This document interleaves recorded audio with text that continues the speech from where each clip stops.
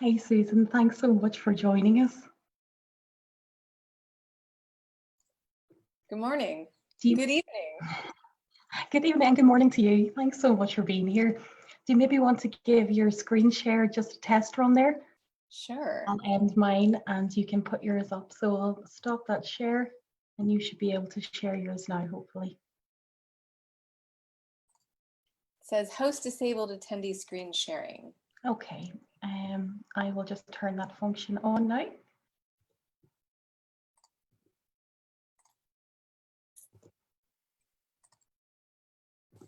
Okay, do you want to try there now? Yes. That's perfect. Great. I will put the holding slide back up now and I look forward to chatting to you soon, Susan. Okay. Should I stop share? Yeah, you can stop sharing now and I'll put up the holding slide again. Great. Were you able to see my slide in the full view or was it the... It was in the full view. Yes, it was in the full view. Great. Okay.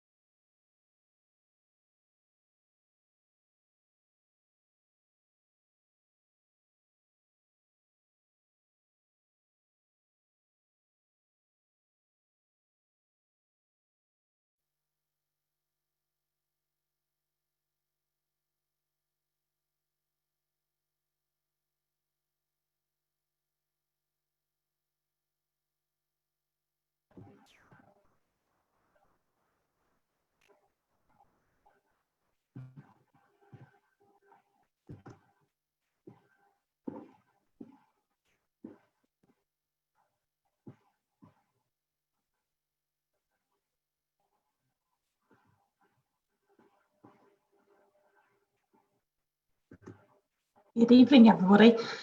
You are very welcome to this evening's webinar on alcohol and the adolescent brain with Professor Susan Tapert from the University of California, and also the launch of our brand new resource on alcohol and the adolescent brain for young people. For those of you that are joining an Alcohol Forum event for the first time, my name is Helen McMonigal, and I'll explain a little bit about who the Alcohol Forum is as an organisation in a little bit, but I will start firstly with just a bit of housekeeping and explain the structure of today's webinar as well. So thanks so much to all of today's session. You can also submit questions during the event. You can pop them into the questions and answers box, which should be located on the mid right-hand side of the base of your screen at the moment. It is marked with the letters Q&A. Just click there and submit any questions you might have for our speaker, and we will definitely try our best to get through as many of those questions as we possibly can within the time limits that we have. So we're hoping to finish up around just after 6 o'clock today. So if we don't get to answer all questions today, we will circulate responses as part of the circular after the event, which will include all the links, all the references, and all the presentations made today. So this event is also being recorded. A link to rewatch will be available after the event. We are also live on Facebook as well, if you have any colleagues wishing to join us this evening.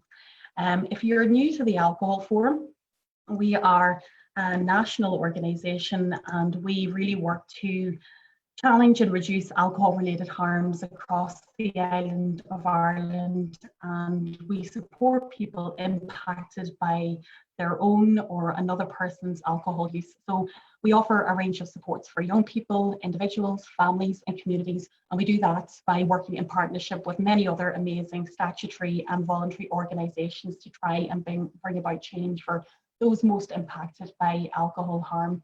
And our vision really as an organisation is an Ireland where every child, every family and every community can become free from the harmful effects that alcohol can have. And today's session is very much reflective of that as a vision, and we're going to have a specific focus on adolescence as a key risk period for alcohol harm. And you can find out much more about us by visiting alcoholforum.org. or on Facebook and Twitter. Our handle is @alcoholforum. If you want to follow tweets about tonight's event or contribute to the discussion. We know that alcohol can be an incredibly challenging issue to talk about and to listen to being talked about as well. It can be very emotive. It can feel deeply personal to you at times. So if there's anything here today that brings something up for you or another person in your life as a starting point, we'll be providing points of contact for further support, which should pop up in your questions and answers box soon. So if you'd like to access that would be a good starting point, because our first priority is always just to provide a safe space where alcohol can be discussed, and also as well to know that there's someone out there to reach out to if you are impacted in any way at all. Just to set the context for today's session, we definitely have made strides when it comes to youth alcohol use in Ireland, with a lot of positive research in recent times supporting the view that there has been an overall decline in youth alcohol use in this country, but there is still a really long way to go and still much to be concerned about as well. So for example, a recent study conducted by Planet Youth in the west of Ireland found that within young people aged between 15 and 16, nearly a third of them had tried alcohol by the age of 13. 46%, nearly half of them have been drunk on at least one occasion, and 26%, again nearly a third, have been drunk in the last month. So what we see during the adolescent years in Ireland is a fairly rapid uptake of alcohol consumption by young people in Ireland. 87% of them are drinking by the time they reach their Leaving Cert years. And then by the time they reach their early 20s, they are among the heaviest binge drinkers in Europe. And this wasn't always the case, even though we have a reputation as being a country of heavy drinkers. What we have seen is that alcohol is slipping earlier and earlier into Irish childhoods. A generation ago, the average age of starting to consume alcohol was around 17 or 18. And today in Ireland, the average age of consumption is around 14 or 15. So young people in Ireland are being introduced to alcohol at an earlier and earlier point in their lives. Now, despite the normalization of that, there are many harms for young people as a consequence of early onset alcohol use. Some of them outlined here on this particular slide, including the increased risk for dependency in later life. So a young person is 4 times more likely to become dependent or addicted to alcohol if they start drinking before the age of 15 than if they had waited until the age of 21. We also see poorer outcomes in mental health, increased risk for moving on to using other drugs. But one of the ones we probably don't hear much about or talk about much is the impact that this can have on their developing brains. And we're going to take a deeper dive into that tonight. With all of that in mind, I'd like to introduce you to our first speaker. I'll be back again in a bit to direct any questions that you have for Professor Tapert. And in the second half of today's session, I'll give you an overview of our new resource, as well as some of the ways we can begin to challenge the issues that surround youth alcohol use in Ireland. So firstly, Professor Tapert is a Professor of Psychiatry at the University of California, San Diego. Her research primarily focuses on evaluating adolescent brain development and brain functioning in adolescents with substance use disorders. She is a highly distinguished professor, having been awarded the Scientific Early Career Contribution Award, and she has been elected to fellow status in the American Psychological Association.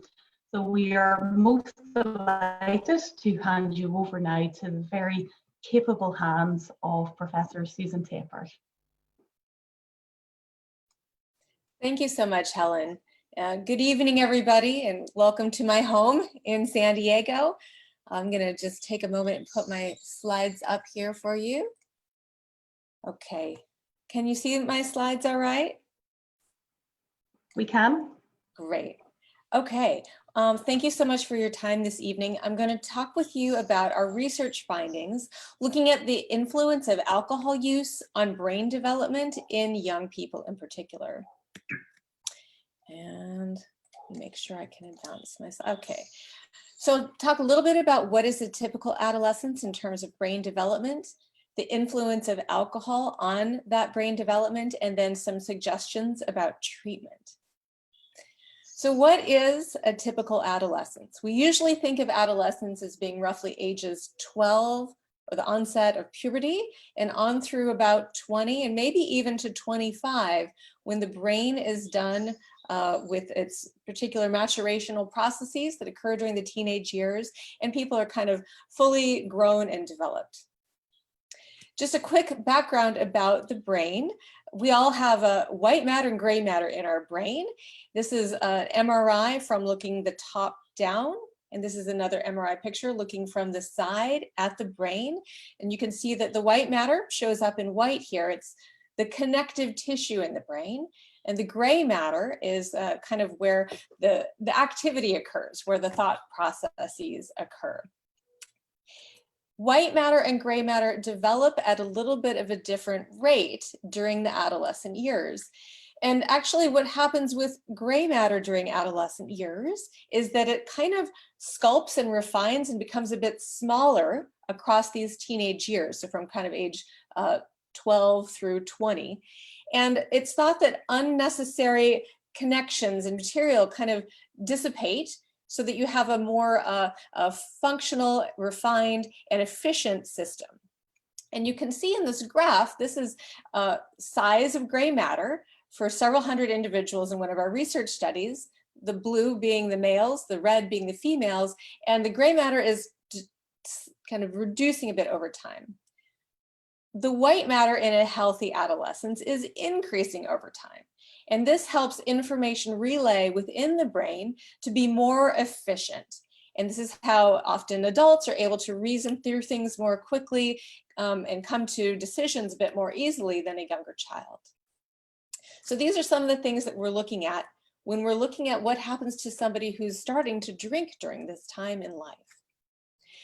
These are data from the United States looking at the use of alcohol and other substances. And I believe is similar in Ireland, although maybe Ireland is just a tiny bit higher in the drinking. But alcohol use is by far the most widely used intoxicant in many of our countries, with cannabis taking a close second and tobacco and vaping becoming more common as well in young people. The use of other drugs, very problematic as well, a little less widespread than alcohol and cannabis and tobacco. In the United States, alcohol and cannabis are often used together, with alcohol being more common, but those who use cannabis are often using a fair bit of alcohol as well. So now I want to talk a little bit about the impact of alcohol on the adolescent brain and those important developmental processes. We conducted a long-term study in San Diego, California, where we recruited 12 to 14-year-olds from regular schools in San Diego. We did brain imaging with the kids. We did some cognitive tests to assess their memory and other thinking abilities. We also did a lot of interviews to ask them about their experiences with alcohol and other drug use. We also did urine drug screens to help verify their self-reports about substance use. We were able to assure confidentiality about their substance use reports, and we had their parents involved in the study in a separate room where we asked their parents about their awareness of their youth substance use. Many parents were not particularly aware of their youth substance use, which is concerning to me as a parent. So we had these children in the study and we followed them over time.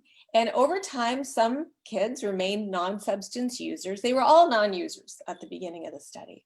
Over time, some remained non-users. Some began to experiment and use alcohol to a kind of medium level, and some started to use alcohol at quite a heavy level. And here we're talking about at least having, say, 4 or 5 drinks, so 4 or 5 beers, for example, on a given night. And in many cases, it was much more than that. We also have a term that we refer to as extreme binge drinking. And in the United States, 17-year-olds in the past 2 weeks, about 1 in 5 report having had 5 or more drinks on one occasion. That's known as binge drinking. And about 1 in 10 report having had 10 or more drinks on one occasion, like 10 beers, for example, or 10 shots of whiskey, which is a really dangerous amount of alcohol use, both acutely and, as I'll talk about, in terms of their long-term brain functioning. This graph shows teenagers' performance on a verbal learning and memory task, where we gave them a list of words and we asked them to remember those words and say them back. 20 minutes later, we asked them to tell us the words again.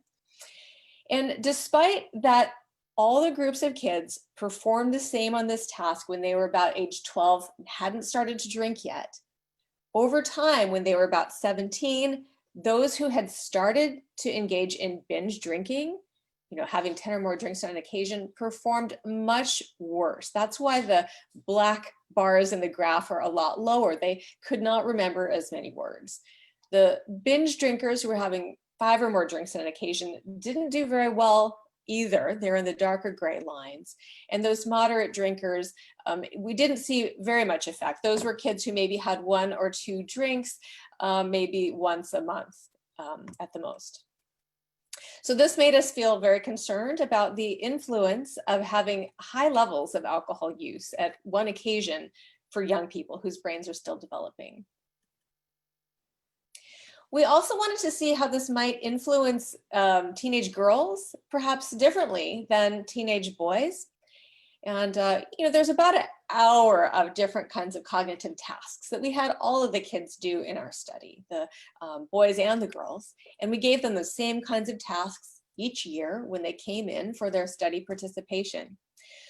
For girls, we saw that those who started to drink, about 12 drinks per month or more, tended to go downhill relative to non-drinking girls on how they performed on a visual memory task. So remembering different pictures, we would show them different kinds of squiggly pictures and ask them to draw it for us later by memory.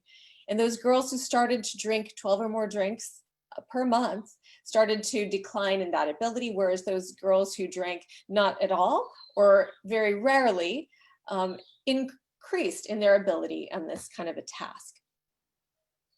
For boys, we saw a slightly different relationship. We saw that attention was affected in boys who started to drink heavily. That is your ability to kind of pay attention to a sort of boring task. And in particular, boys who began to drink to the point where they experienced hangover effects were the most likely to decline in their performance on these attention tasks. So hangovers, you probably know what a hangover effect is. It is if the day after drinking, you're experiencing unpleasant effects like a bad headache, dizziness, feeling very low energy, depressed, even having stomach problems. The boys who drank enough so that they had those after effects the next day declined in their attention skills. And this is another graph that just kind of shows some data analyses we did, looking at the kids who started to drink at a particularly early age, had greater impact on their thinking and memory abilities compared to those who started their drinking at a somewhat later age. So those who started drinking around 15 or younger had a greater impact on their cognitive functioning compared to those who started drinking at maybe 18 or later. So we see with the cognitive performance that drinking at high doses is very problematic. Starting to drink at a younger age within the teenage years, also problematic. And that the particular impacts on cognition for boys as for girls are a little bit different. There's overlap and a little bit of gender-specific features. Next, we wanted to look at the brain and see what features in the brain might parallel these adverse effects on cognitive performance in young people who started to drink. And we looked at kids who we had their brain imaging from before they ever started to drink. We had them come back into the lab and we did brain imaging with them each year. And as I mentioned before, some of the kids started to drink fairly heavily. Some didn't really start to drink at all. So this gave us the chance to compare the brain imaging changes in these two groups of kids. And basically we saw that there was more loss of gray matter in the kids who started to drink during their teenage years. And we saw less growth of white matter in the kids who started to drink heavily in their teenage years. We felt this is a very important finding and wanted to see if we could replicate this finding in a larger sample with a larger number of kids, not just from San Diego, but from other parts of the United States. We started a large project that we call NCANDA. It's the National Consortium on Alcohol and Neurodevelopment in Adolescence. And we have 5 research sites around the United States. And we did a very similar kind of a study where we looked at the brain imaging of those who, they hadn't started to drink yet earlier in their teenage years. We followed them over time with repeated brain imaging and cognitive testing. And we found the same thing here with this larger sample of many hundreds of kids, that those who started to initiate heavy drinking during their teenage years showed greater reduction in their gray matter over that time, as compared to the kids who didn't initiate heavy drinking in their teenage years. We also saw differences in how their brain functioned. So this one is a bit complex, but we basically saw that the connectivity between different regions of the brain became less connected in those young people who started to drink heavily, whereas those who didn't start to drink heavily had very good connections, basically, in different regions of their brain. So we kind of have this picture here that makes sort of a model, a pictograph that kind of explains what we think is going on here. So we have alcohol use that appears to affect certain processes in the brain, certain biology processes. Alcohol use also is causing hangover and also effects like blackout and withdrawal, which additionally harm the brain. Some people have pre-existing features that put them at a particularly elevated risk for some of these adverse effects of alcohol on their brain. And there's another impact of gender, where males and females have a little bit different results in terms of what happens to their brain after they've been drinking heavily. So we have these underlying kind of microscopic neurobiological processes that is seeming to be provoked by the presence of high doses of alcohol in the brain. And this changes gray matter and white matter over time when that heavy drinking is continuing. And if you have these changes in the brain, then we tend to see changes in cognition. So they don't do as well on tests of thinking and memory. They also tend to have changes in their mood and tend to feel a bit more irritable, depressed, and anxious. And this seems to lead to problems in adulthood with continued heavy drinking and increased risk of other mental health issues and kind of a bad cycle. So to kind of summarize some of these impacts that we see, young people who start to drink at a relatively high dose, 4 or 5 or more drinks on an occasion, we seem to see a reduction in their gray matter parts of their brain. We see a reduction in the growth of their white matter. We see problems in how different parts of their brain are connecting with each other, which leads to probably some additional difficulties with decision making. And in terms of thinking and memory performance, females who begin to drink heavily in the teenage years begin to decline in their visual spatial functioning and spatial memory. Males begin to not do as well on tests of attention or things that require them to pay attention to things for a long period of time. And both male and females who start to drink relatively heavily in adolescence show poor ability to learn new material and to retain that over time. And we think this is all very important because adolescence is the time in life when you're making decisions about what you're going to do as an adult. If you want to go on to university or make other kinds of plans in your life. And that this will be very important to be able to function at your best as a person in society, in interpersonal relationships, as well as in your schooling and in your jobs. I just want to highlight a new study that we've begun that is expanding our ability to understand this more comprehensively. We have something called the ABCD study in the United States. It stands for Adolescent Brain Cognitive Development. And we have recruited nearly 12,000 children across the United States at 21 different research sites here. We brought the kids into the study at ages 9 to 10, and we follow them for over 10 years. We recruit through schools in the United States, and we also release the data from this study to scientists worldwide so that scientists in any country can analyze these data and look at various relationships. We do cognitive testing each year with the kids when we see them, and brain imaging every 2 years. And now the kids are about 11 to 13 years of age. We've also taken a look at screen time because a lot of kids, especially during the pandemic when a lot of our schools have been closed, are spending more time than ever on screens, which may have some implications to their brain development too. We really don't know very much. So that's another area that we're beginning to look at. So we've talked a little bit about typical adolescence, alcohol and the brain, and I just want to highlight some approaches that have been found to be effective in helping reduce heavy drinking in young people. One of the most effective sets of treatments that have been developed for problem drinking in young people is known as motivational enhancement therapy, and it's often combined with cognitive behavioral therapy. There's a website here, and I believe these slides will be shared, so you'll be able to have that available to you later.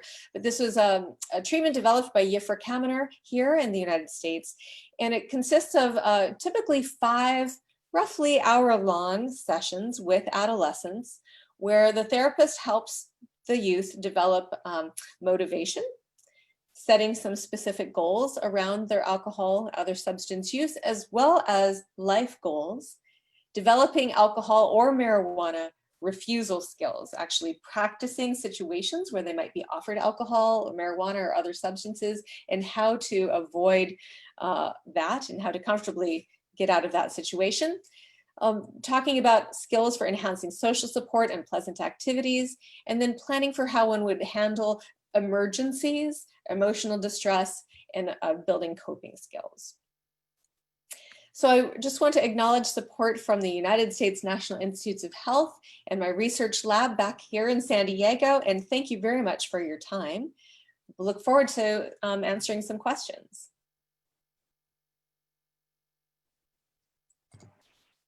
Thank you, Susan. Oh my goodness, what a fantastic body of research and group of studies to have talked us through today.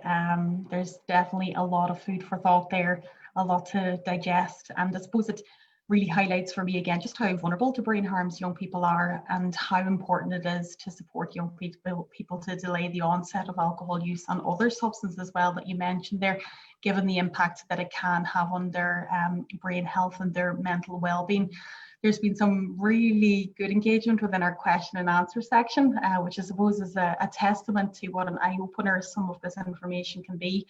I'll present a mix of some of what has been submitted already in advance, and maybe some questions that have been submitted today. So the first one is from a lady who previously attended a talk on adolescent brain development and said it made a great impact on her both as a parent and as a teacher, and is wondering if there's any particular websites or resources that you would recommend that can be shared with young people to engage them in the area of neuroscience, and also to, I suppose, just help them learn a little bit more about the things that are happening in their brain during the teenage years.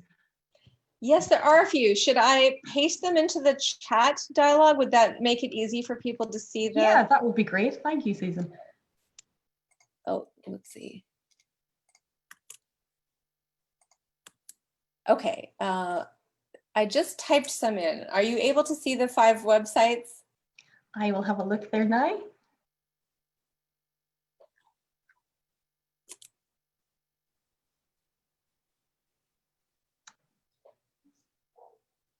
I kind of responded to one person's question with it. Okay. So okay. I'll maybe get those links from you as well, Susan, yes, just so I can put them in the circular after the event, just in case they haven't popped up on everybody's feed. certainly. But thanks for doing that. There's 2 I can just state. One is it's abcdstudy.org. And there's a lot of good information there, but I'll send all of the things. Brilliant, brilliant. And I suppose as well, just for some of our Irish viewers as well, there's another really lovely website run by Trinity College in Dublin. It's www.hellobrain.eu. It's lots of information on brain health. It's not specifically designed for younger users, but it would definitely be of interest to younger people. Lots of information on there, lots of animations around neuroscience in the brain. So it's presented in a very accessible way. So you might want to check that out if you're working with young people. This question here is from a person who says they've worked with many families over the years, and something that comes up a lot would be around children who have finished their junior cert exams, which typically falls around their 16th birthday, and parents allowing the children to have a couple of drinks to celebrate, but they don't see any harm in it as they are supervising. So her question is, does parents allowing children around the age of 15 or 16 to have a couple of drinks to celebrate, is that something that can have a lasting effect on their development? Great question. This comes up in the US a lot as well. So I have 2 answers to this, okay? So the first is, if we think just about the brain and impact to the brain, if a young person were to have say a pint of beer, that would probably not cause lasting damage to their brain. However, there are a lot of other studies that show that if parents are kind of permitting or allowing teenagers to drink alcohol, the teenagers tend to increase in their drinking. So while allowing them to do that might not necessarily, cause them immediate brain damage or anything like that, it might set a tone that could lead to them being more likely to increase their drinking later. So the general suggestion is that we try to keep it alcohol-free when we have young people involved. Brilliant, Susan, thank you. There's a lot of questions just in relation to the potential for recovery. So you've obviously outlined what could be very detrimental harms to the adolescent brain, and what's the capacity there for bounce back in abstinence, or if a person is supported to reduce their alcohol use? Great question. We've done a couple of studies to look at this, to have young people who stop drinking and we can verify that they've stopped drinking and continue to measure their performance in their brain to see what changes. And it's not entirely conclusive. There are certainly some areas that do seem to get better with abstinence for people who previously had been drinking quite a bit, teenagers we're talking about. One thing that certainly improves is their mood. So after about 30 days of no longer drinking, a teen who'd been drinking quite a bit can see a lot of improvements in their mood and less irritability, less depression, better sleep patterns. So it does take kind of persevering through a bumpy couple of weeks to get there, but it will get better. There's some improvement in some areas of cognition, other areas it's a little bit less clear, but overall it's a good idea at any point in your life when you've been drinking too much. Things can get better if you stop. Okay, and is there anything that we can put in alongside the treatment of the alcohol problem to boost overall brain health, aside from abstinence? I'm thinking about things like nutrition, cognitive stimulation, things like that. Is there any of those techniques or any other changes that they can make to really boost and recover brain function? Yes, there's a little bit less research on this, but what we do know is just physical health. Exercise is probably very important. So physical exercise, getting up, getting moving, getting outside, seeing sunlight, outdoors, green space. Nutrition is probably helpful. Some people have suggested that omega-3 fatty acids might be a little bit helpful, although there's not a lot of research there. And probably just having structure and yet emotional support will help as well. Excellent. Sleep Thank you, too. Susan. Sleep. Brilliant. Just a question here from Mr. Alan Quinn. What additional effects do using alcohol and benzodiazepines have on the brain? Okay, very important. So that is a very risky combination, partly because it simply can make a person more likely to overdose and lose respiratory functioning, basically, and have a very serious acute event. In terms of long-term effects on the brain, we don't have as much data, but it is likely to not be very good. So certainly a combination that should definitely be avoided. Okay. Thanks, Susan. Another question. There's so many questions coming in here, Susan. I'm trying to get through them as best that we can, but to what degree is the plasticity of the brain impacted by early alcohol use and personality development versus memory recall? Oh, very interesting question. Well, personality, we don't, that's a good question. We see changes certainly in mood. With personality, it's a little bit harder to pinpoint a specific kind of a change that happens with heavy drinking. Memory is certainly quite impacted. And plasticity appears to be impacted as well. And you see this certainly in folks who are adults who've been drinking heavily for many years. It's harder to adapt and be flexible and to learn new ways of doing things. Okay. And someone here as well is asking, okay, sorry, just a repeat of the web address for the Trinity College website. That's www.hellobrain.eu. A question here from Mike Ward. Do these drinking patterns in the teenage years predict impulse control problems and patterns of chronic change-resistant drinking later in life? Great question. So does the heavy drinking predict later impulse control problems? You know, it's interesting because we see a little bit of that. We also see it in the reverse, where kids who have impulse control problems from earlier years prior to any drinking are a bit more likely to start drinking earlier and to develop drinking problems. We do also see a little bit of increase in impulse control problems after the drinking has occurred. Okay, thank you, Susan. a question here, really interesting one, is how do we balance informing the public about the possible harm that's been noted in research on alcohol in the adolescent brain with the possible alarmist effect that it might have for parents who are really struggling with an adolescent who might already be drinking at quite an early age? Such a good question. There have been programs in the past that have been ineffective because they kind of exaggerated effects and it lost buy-in from young people. So I think it's really important to stick to the data, stick to the facts that we see. I think the simplest message is it is best to not drink at all as a young person. Wait till you're older, wait till your brain is developed. On the other hand, it is also true that if you have one drink, if you have perhaps two drinks, it's not the end of the world, it's not permanent damage. So it would be misleading to make a statement like that. It's a good point. Okay. And just as well to say that if there is anybody out watching tonight that is affected by another person's drinking or drug use, help and support is out there. You can contact the HSE Drug and Alcohol Helpline on 1800 459 459, or you can email them on the helpline at hse.ie. My apologies there.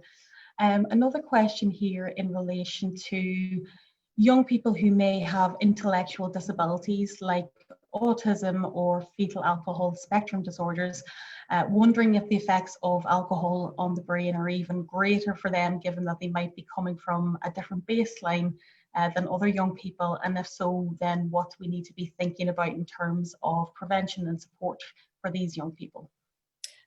Excellent question. I don't think we really know in the case of autism. Interestingly, overall, young people with autism are a bit less likely to engage in heavy drinking than other youth, but still some do. So we don't know as much about how that kind of baseline set of traits might interact with the onset of alcohol use. For prenatally exposed youth, they are particularly vulnerable to these effects, and they are actually tend to be a little more likely than kids without prenatal alcohol exposure to engage in heavy drinking, to be susceptible to peer influences, and it tends to be additionally harmful to their brain and its development. Okay, thank you, Susan. And I think that was a very pertinent question, because Ireland has one of the highest prevalence rates of fetal alcohol syndrome in the world. And I suppose as well, just in the context of Ireland, there is very little support available for children affected by FASD and their families as well. And just to stress the importance of early intervention for these families and the development of more specialist supports to meet their needs as well. I suppose maybe for any families out there who are impacted by FASD, you might be interested in, there is an organisation known as the End PAE Alliance, that's EMDPAE Alliance, and they are a support network of parents and foster parents raising a child with FASD in Ireland. Their website is www.endpae.ie, and again, I will link to that in the notes following from today's seminar. I'm just going to have a quick look through some of these questions now. Maybe we'll pick up a couple more.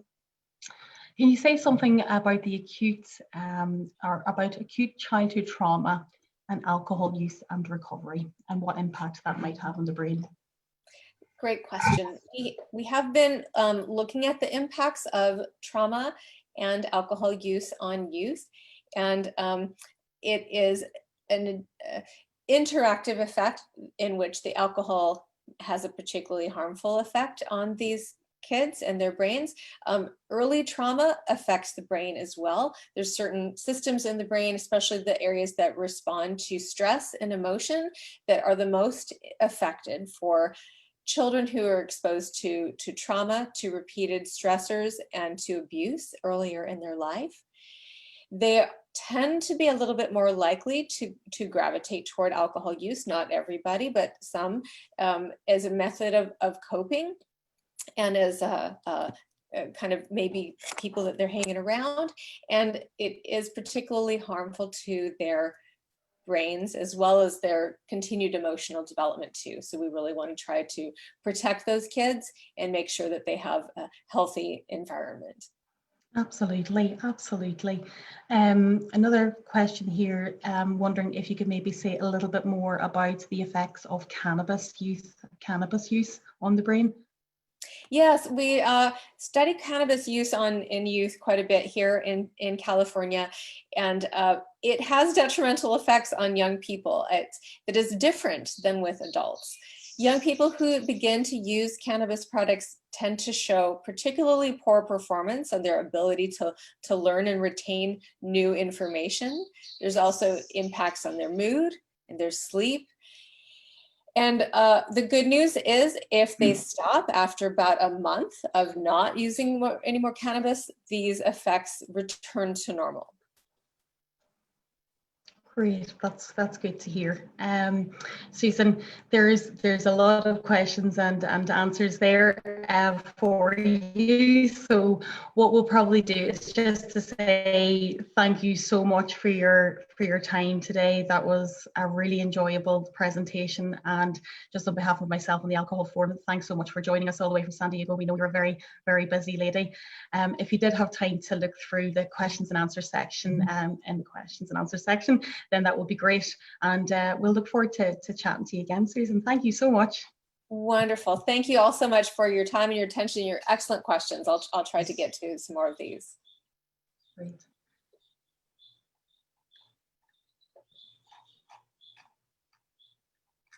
Shall I try to answer the questions now, or? Yeah, that would be great, Okay, Susan. great. If you could maybe type out some of the responses. There's some of them that are quite specific. So great. Okay, will do. Okay. Now, just moving on to the second part of the seminar today. It's been great to have Susan here to outline all of her research on the adolescent brain. And I suppose what her body of work has shown us and continues to show us is the absolute fundamental importance of this period of brain development for young people. And I suppose for me, while adolescents may look all grown up physically, their brain is still growing and changing and maturing and allowing the young person to become more capable of really important skills like complex decision making, reasoning, impulse control, the ability to more capably regulate the difficult emotions that they can experience, and also to plan for their future in a really goal-directed way. So this is a stage of development that it's really equipping the young person with the skills that they need to begin leaving the nest, to go out into the world, to stand on their own 2 feet, and to function and interact with the world in a way that is to their benefit in the long term.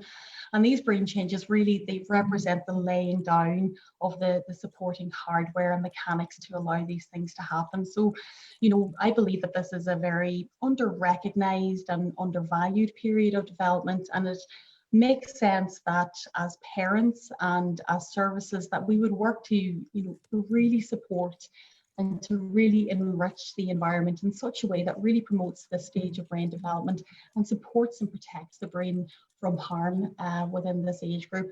I'm really reminded of what Dr. Bobby Smith, a fantastic advocate for adolescents and a professional very much at the forefront of this type of research in Ireland, but he refers to adolescents as apprentice adults. And I think that's a really lovely term, that while young people are beginning to carve out their own place in the world, they still very much need to be surrounded by adults and communities that act as mentors for them. And that is no more apparent than in the area of alcohol. And this is the piece that I really want to touch on to finish today, the primary role of parents and families, the importance of the wider community to support the issues that surround youth alcohol use. But firstly, I wanted to look at how we have supported and encouraged young people to play a role in understanding alcohol and their brain health. At the Alcohol Forum, we very much believe that listening to and involving young people and empowering them to become active agents in matters that affect them it's really pivotal in all that we do. And it was evident from the outset of our work in this particular area that this is a matter that affects young people directly, and that they do have an interest in understanding what is happening in their brain. And the fact that alcohol can impact on their brain health wasn't something that they had known about or considered before. So the resource that we see here, it's the outcome of the efforts of a large number of young people in the Donegal area, primarily young people involved in the Alcohol Forum's Donegal Reach project, which is a youth support service for young people affected by parental drug or alcohol use. And the young people involved, they really delved into this piece of work to make it meaningful for them. And I think they did an incredible job. They've really brought the information that they felt was most pertinent for other young people to know right to the forefront of it. So looking at the impact of alcohol in the brain, the implications this has for their future, looking at the relationship between alcohol use and positive mental health, which is very much tied up and interconnected with brain health. So we have focused on what happens during a blackout as well, which can have very significant consequences for young people, and also as well addressing where youth alcohol use falls within the law. And they've done a really good job, and they've laid out very simply. The language is really age appropriate, and the design was very much aligned with their vision for the resource as well. So on behalf of the Alcohol Forum, I just wanted to express our gratitude and thanks to this group of young people and to their youth worker who does such a great job in the work that she does with young people and who facilitated this process from the start to the end. I also wanted to thank young people from Donegal Youth Council and the Jigsaw Youth Advisory Group who took the time to really provide a lot of feedback around it. And lastly, I wanted to thank TUSLA, without whose funding and support this piece of work and many other areas of support that we provide for young people and families wouldn't be possible. So we continue to make the commitment to TUSLA and to all of you that we will continue to bring this important message to as many parents, young people and services as we possibly can. You can download the resource from alcoholforum.org. I will also forward you all on a digital copy in the follow-up contact from this webinar. Now, what we know is that giving information on its own to young people about alcohol, that is important. And it's important that it's evidence-based information and that the information is independent of the drinks industry. But it's important to recognize that giving information to young people, it's not enough in isolation to really challenge and really overcome the problems that surround alcohol use in Ireland at the moment. And the reason that I say that is that I think it's really important to understand that young people or any person will rarely engage in a behaviour or want to engage in a particular behaviour unless they believe that that has some perceived benefit or some perceived positive outcome for them. So when it comes to looking at preventing alcohol use or addressing the present use of alcohol, really examining what influences their decision to drink and what within the environment and what within our society really enables that to happen at a younger and younger age. So there has been a large body of research over the last decade that has really examined what influences youth alcohol use and what are the factors that encourage youth alcohol use and what are the factors that then discourage the early onset of alcohol use. And there are two levels to looking at that and addressing them as well. So the first is working at the individual level. And what this really highlights is just how influential adults and parents are in a young person's life, how effective it can be to have rules and boundaries in relation to alcohol use, and what makes the biggest difference at an individual level when it comes to delaying and preventing the onset of youth alcohol use is fostering really strong relationship with them, setting good examples ourselves around alcohol use by minding our own drinking, not serving alcohol to young people at home, and knowing where children are and who they are with. And young people themselves knowing that you disapprove of alcohol use and that there's very clear rules in the home around this. These are the types of approaches that have been shown to be highly influential and very effective in young people's decisions to drink. And we'll be looking at what resources are available to support you and parents in this area in just a little bit. The second area really is addressing things at a more societal level. And this is really about looking at interventions that can have wide sweeping impacts on the population. You know, the really big buys like policy and legislative changes that have been shown and evidenced elsewhere to make substantial and really long-lasting change to problematic alcohol use. And I suppose it's not uncommon for parents to think, you know, what does legislation or policy have to do with youth alcohol use? And what does it have to do with my children's approach to alcohol? And I think this is a really understandable way of thinking. And the way that I like to think about it myself is just that these are really ways of ensuring that what I try to do at home is very much mirrored in the society and the community that my child goes out into every day, so that there's not this big contrast or contradiction in what we are trying to give our children at home and then what they face and see every day in the world around them. Also as well, you know, we need to take into account that there may be young people or families living with many barriers or disadvantages. We all know that as parents, we want the best for our children. And I believe that that is true for all parents. But what is variable is that, you know, we all at different times have different capacities and skills and resources at our disposal, and they all affect our ability to provide the degree of parenting that we would wish to provide. So at these times, there's the saying that it takes a village to raise a child. So we have to make as many policy advances in Ireland as we possibly can to legally protect and cherish childhood. And there's also some legislative and policy changes that have the potential to change the field for children and young people in Ireland in the area of all. So firstly, just looking at things on an individual level, there is really strong evidence that empowering parents with knowledge and understanding about why their children shouldn't be drinking during adolescence and the actions that they can take to delay the onset of alcohol use will reduce the likelihood that their child will drink in harmful ways. So I think parents often underestimate just how much influence they have in this area, but they are the single biggest influencer of their teenagers' decision to drink alcohol. And there's two resources here that might be beneficial for parents. And these are firstly the HSE alcohol guide, which is it's a really comprehensive guide for parents. It covers lots and lots of different areas, how and when to talk about alcohol and other drugs with young people, how to foster resiliency and good mental health in young people and help them deal with difficult emotions as well. Most importantly, how to create boundaries and rules around alcohol use that will minimize the risk of your young person starting to drink, and how to help as well if your child does run into difficulties with alcohol or other drugs. Now, the second one that you see here is Alcohol and the Adolescent Brain.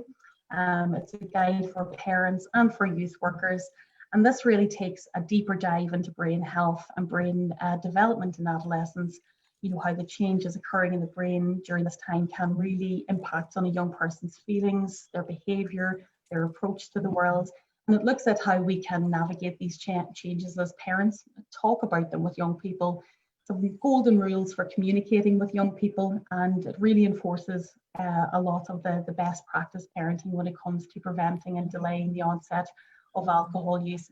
It also importantly challenges and answers some of the myths that really surround alcohol and parenting. You know, things like, is it a good idea for me to introduce alcohol in the home to young people like they do in some of the Mediterranean countries, which many have been led to believe is a good approach to take, but which a lot of the research, nearly all of the research in the field has shown can actually lead young people to drink more in the long term. Also answering questions like, you know, if I say to my child they can't drink, will that make them want to drink more and rebel against me? And it looks at how we can begin to approach things in such a way that makes that less likely. Also for people working in the field of education that might be watching here tonight, this resource might be of interest to you.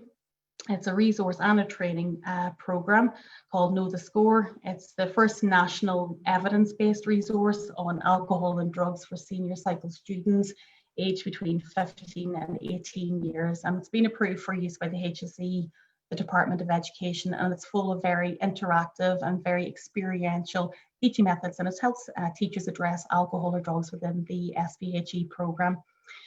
Now moving to look on to the issue of things at a more societal level.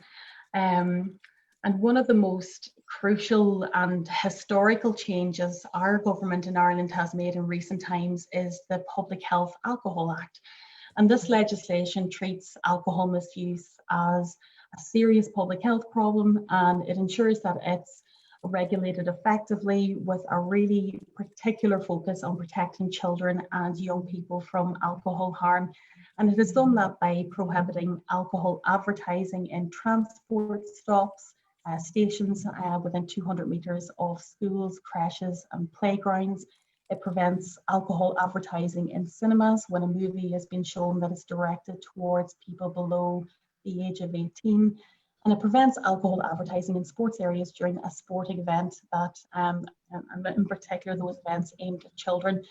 Now, these have been hugely important steps because young people, they are very sensitive and very impressionable to the messages that they receive through advertising. So what these measures do really is ensure that the messages we as parents or adults give to children around alcohol, they're not being contradicted or influenced on a massive scale over a very prolonged period of time by the alcohol industry. And I guess what these measures do is that it shifts the sphere of influence back to the people who have the best interests of children at heart, their parents and other people in their lives who are working to ensure that they do have the best start in life. Now, there's some parts of this act that have not yet been commenced, but they are very vital if we want to see the full benefit. In particular, minimum unit pricing, which is designed to stop the sale of very strong alcohol products at low prices, particularly within supermarkets. And the reason that this is so important is that young people, particularly teenagers, they're very price sensitive. Meaning that the more expensive something is, the less likely they are to buy it. But what has happened in recent decades is that alcohol has become very cheap and widely available, and it has put it within the reach of young people in ways that we have never seen in the past. So what minimum unit pricing does is it tips the scales back again in favour of parents, making it less accessible to young people. So the measure itself hasn't been commenced yet in Ireland, and I suppose it's really important that we as parents, we as services working with young people, really weigh in behind that to ensure that it is progressed. And just to give you an example of the power of this measure, in Scotland, they introduced minimum unit pricing in 2018. And within its first year, it has seen the lowest rate of alcohol consumption in Scotland for 25 years. And there's been a 20% drop in the number of alcohol-related deaths in Glasgow as well. So it is a very powerful measure that has been shown to have the potential to protect so many young people from alcohol harm now and also in the future as well. I just want to touch very briefly on another legislative change that is required, and this is part of the work currently being undertaken by the Irish Community Action on Alcohol Network and the Alcohol Forum. And one of the factors that has come up again and again for communities in Ireland is the legal loopholes that exist in current licensing legislation, which has fallen way behind in the way that alcohol is being sold. So over the past 2 decades in Ireland, there has been a very significant shift towards home drinking, particularly dialed drink services and the online purchasing of alcohol, which makes alcohol more accessible to minors because there is a very weak age verification process involved. And that means that children can order alcohol online without having to prove their age.